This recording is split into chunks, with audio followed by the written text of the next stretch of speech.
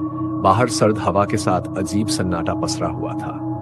निशा अपनी research paper लिखने में व्यस्त थी। तभी उसका फोन बजा। फोन की स्क्रीन पर कोई नंबर नहीं था, बस अज्ञात लिखा हुआ था।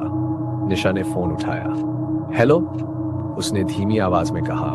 फोन के दूसरी तरफ से कुछ देर तक सन्नाटा था। फिर एक धीमी खुरदरी आवाज आई, तुम्हारे पास सिर्फ 10 मिनट है।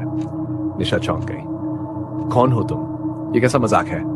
उसने गुस्से में कहा, लेकिन कोई जवाब नहीं आया। कॉल कर चुकी थी। निशा ने घड़ी की तरफ देखा। ठीक उज़्मन हो चुके थे।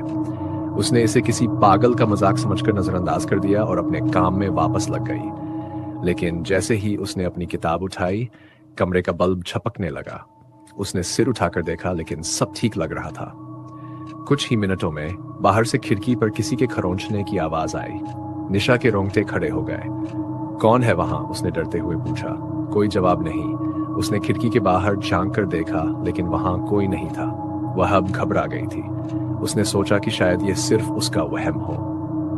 11:45 पर निशा के लैपटॉप की स्क्रीन अपने आप बंद हो गई। स्क्रीन पर कुछ शब्द टाइप हो रहे थे, जैसे कोई अदृश्य हाथ कीबोर्ड चला रहा हो। वक्त तेजी से खत्म हो रहा है, तुम नहीं बचोगी।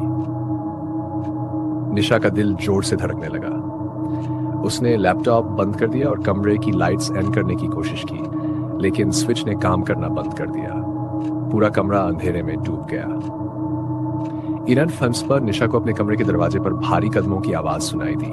किसी ने दरवाजे को धीरे धीरे खटखाया।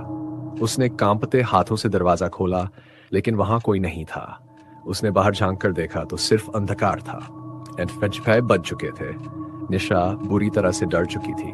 तभी उसे अपने पीछे किसी के सांस लेने की आवाज महसूस हुई। वह तेजी से पलटी, लेकिन कमरे में कोई नहीं था। अचानक एक ठंडी हवा का झोंका आया और उसका टेबल लैंप बंद हो गया। कमरे में पूरी तरह से अंधेरा हो गया। घड़ी ने 11:59 बजाए। निशा ने घबराकर फोन उठाया और मदद के लिए कॉल करने की कोशिश की, लेकिन फोन ने काम करना बंद कर दिया। कमरे में जोर से दरवाजा खुलने और बंद होने की आवाज आई। अंधेरे में एक परछाई दिखी, जो धीरे धीरे निशा की ओर बढ़ने लगी। निशा ने चीखने की कोशिश की, लेकिन उसकी आवाज जैसे गले में अटक गई। अगली सुबह जब निशा की सहेली उसे ढूंढने आई तो कमरे का दरवाजा अंदर से बंद था। पुलिस को बुलाया गया। जब दरवाजा तोड़ा गया तो अंदर निशा नहीं थी, बस दीवार पर खून से लिखा हुआ था, 30 मिनट खत्म।